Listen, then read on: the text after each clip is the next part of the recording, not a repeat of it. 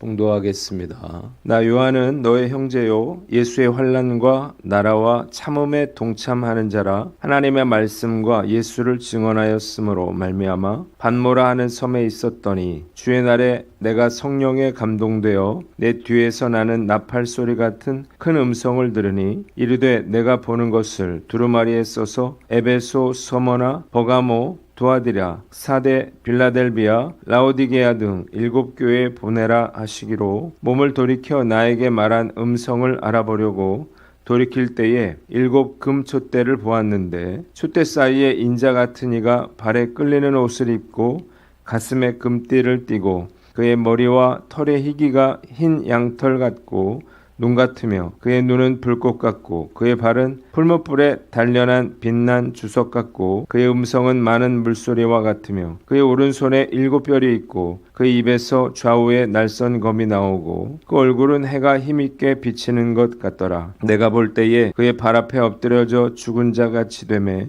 그가 오른손을 내게 얹고 이르시되 두려워하지 말라. 나는 처음이요 마지막이니 곧 살아있는 자라. 내가 전에 죽었었노라. 볼지어다 이제 세세토록 살아있어 사망과 음부의 열쇠를 가졌노니 그러므로 내가 본 것과 지금 있는 일과 장차 될 일을 기록하라.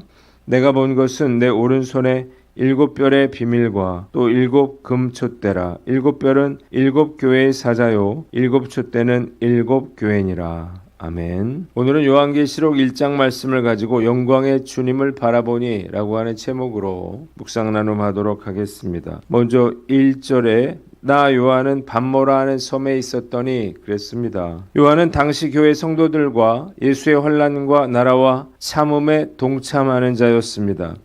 그는 하나님의 말씀과 예수를 증언한 것으로 인해서 반모라고 하는 섬에 유배가 되었습니다. 요한은 하나님의 말씀과 예수를 증언하다가 반모 섬에 유배가 되었는데요. 유대 전승에 따르면 요한은 로마 황제 도미티아누스의 기독교 박해 때에 체포되어서 반모 섬으로 끌려갔다고 합니다. 반모 섬은 에베소에서 남쪽으로 약 90km 떨어진 섬으로서 오늘날에는 팔모사라고 불립니다. 당시 반모섬에는 많은 범죄자들이 유배되어 왔으며 탄광에서 노역을 했습니다. 현재 그 섬 남쪽에 요한이 환상을 보았다고 전해지는 계시의 굴이 있고 1088년 그 인근에 사도 요한의 수도원이 세워졌습니다. 그는 이곳에서 환상을 보고 계시록을 기록했으며 도미티아누스가 죽고 네르바가 등극하자 석방되어 에베소로 귀환했다고 합니다. 본문이 우리에게 주는 교훈이 있는데 주님의 계획과 섭리가 있음을 알라는 것입니다. 사도 요한이 반모섬에 유배된 것은 우연히 일어난 일은 아니었습니다. 예수께서 그를 반모섬에 두신 이유가 있는데요. 그것은 그가 그곳에서 환상을 보고 계시록을 작성하도록 하기 위함이었습니다.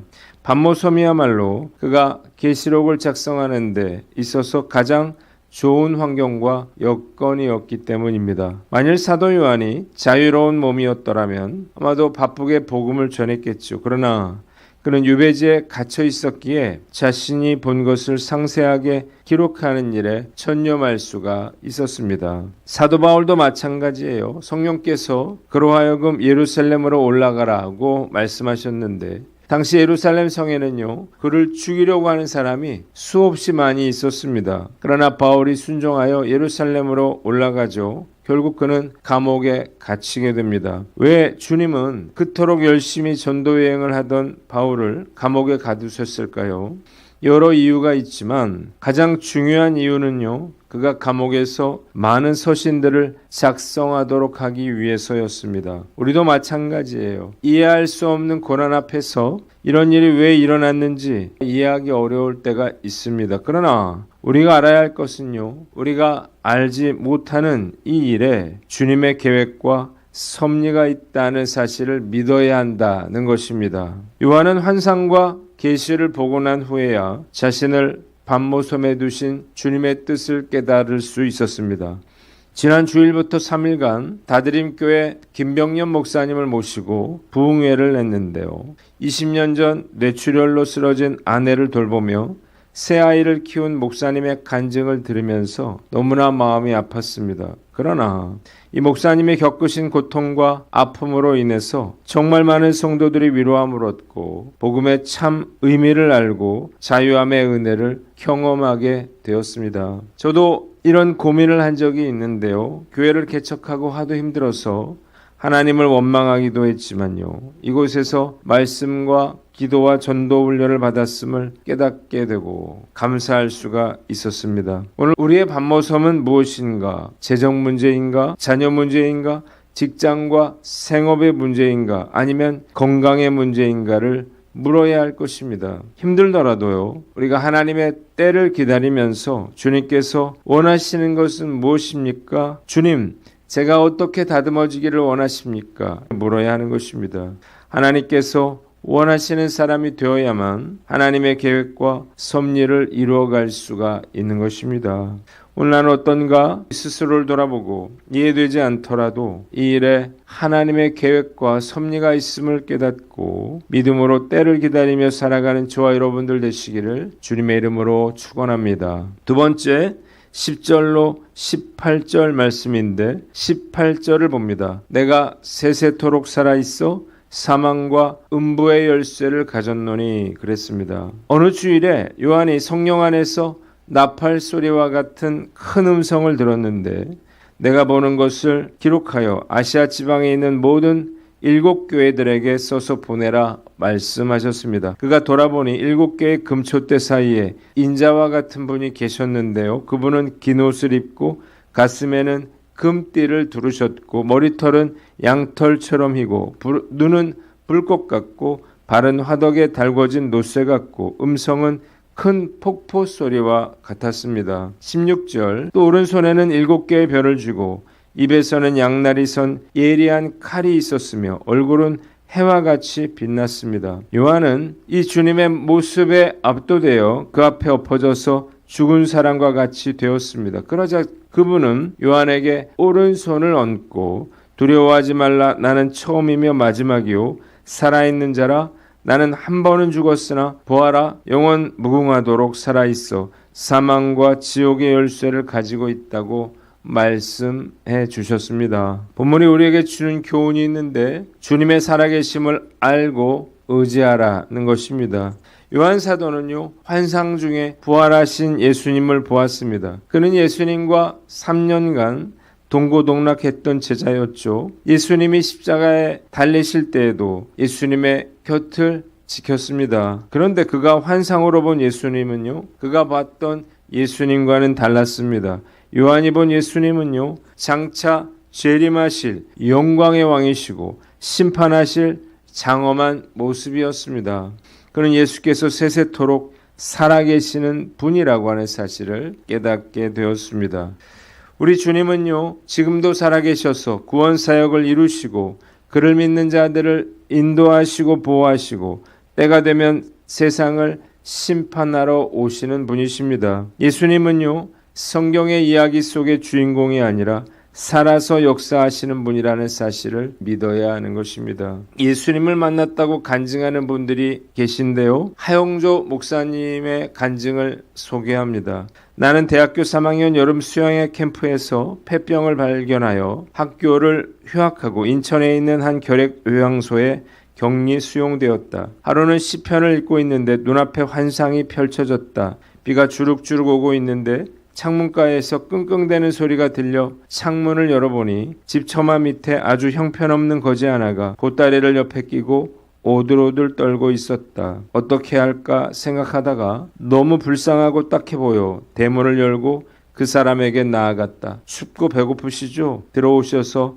몸을 녹이고 식사하세요. 그분을 집에 들이고 식사를 차려드렸다. 그러자 놀라운 일이 생겼다. 그 순간 형편없던 거지가 영광스러운 주님의 모습으로 변한 것이다. 반면에 나는 세상에서 제일 피곤하고 지치고 병들어 아주 비참한 모습으로 바뀌었다. 끔찍하고 냄새나고 지저분한 누더기 옷을 입고 지쳐있는 나를 주님이 다가와서 안아주셨다. 주님의 눈을 보니 울지 않을 수 없었다. 그때까지 나는 내가 주님을 애처롭게 기다리고 사랑하는 줄 알았는데 주님을 뵙고 보니 주님이 나를 사랑하고 계신다는 사실을 깨달았다. 모든 수치와 비난과 모멸도 잊으신 채 주님은 내가 내쫓은 문 앞에서 한 발자국도 움직이지 않고 나를 기다리고 계셨던 것이다. 그때 주님은 보따리를 풀으셨다. 그 안에는 이런 말씀이 적혀 있었다. 내가 너를 십자가만큼 사랑한다. 그리고 주님은 물으셨다. 너 목사 되지 않을래? 한참 엎드려 엉엉 울고 있는데 간호사가 내 방으로 뛰어들어와 무슨 일이냐 물었다. 그날 밤 나는 눈물 범벅이 된 채 내 자신을 주님께 드리기로 결단했다. 김대중 대통령도 2000년도에 노벨 평화상을 수상할 당시 노르웨이 국왕 등 수많은 대중들이 참석하고 전 세계에 생중계되는 장엄한 분위기의 수상식 연설에서 마지막에 저 개인에 대해 말씀드리겠다면서 이런 간증을 했습니다. 1973년 8월 내가 일본 도쿄에 망명 중에 있을 때에 한국 군사정부의 정보기관이 나를 납치하여 공작선으로 끌고 가 전신을 결박하고 눈과 입을 막고 바다에 수장하려던 순간 예수님이 나타났다. 나는 예수님을 붙잡고 살려달라고 호소했는데 바로 그 순간 비행기가 와서 나를 구해주었다. 조금만 늦었다면 나는 바다에 던져져서 죽었을 것이다. 이런 놀라운 체험을 간증한 믿음의 선배들처럼요. 저도 살아계신 예수님을 만나 이런 놀라운 체험을 간증할 수 있으면 좋겠습니다. 그러나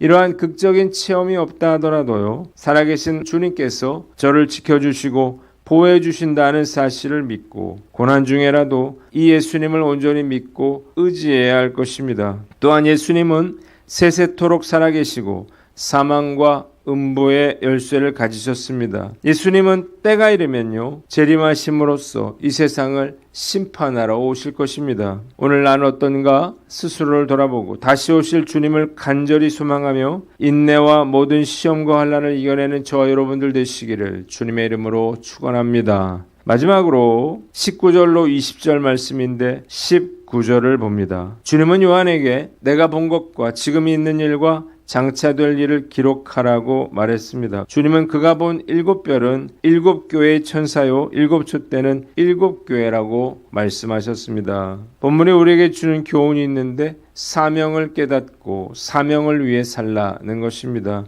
촛대라고 하는 것은 교회를 상징하는 것으로 7촛대는 앞절에 7교회를 지칭하는 동시에 궁극적으로는 모든 교회를 의미하는 것입니다. 그가 본 계시를 기록하여 7교회에 보내는 것은 하나님께서 그에게 주신 마지막 사명이었습니다. 주님께서는요, 요한에게 제자들과 다른 특별한 사명을 주셨습니다. 다른 제자들은 복음을 전하다가 순교하는 것이 그들의 사명이었지만요, 요한 사도는 달랐습니다.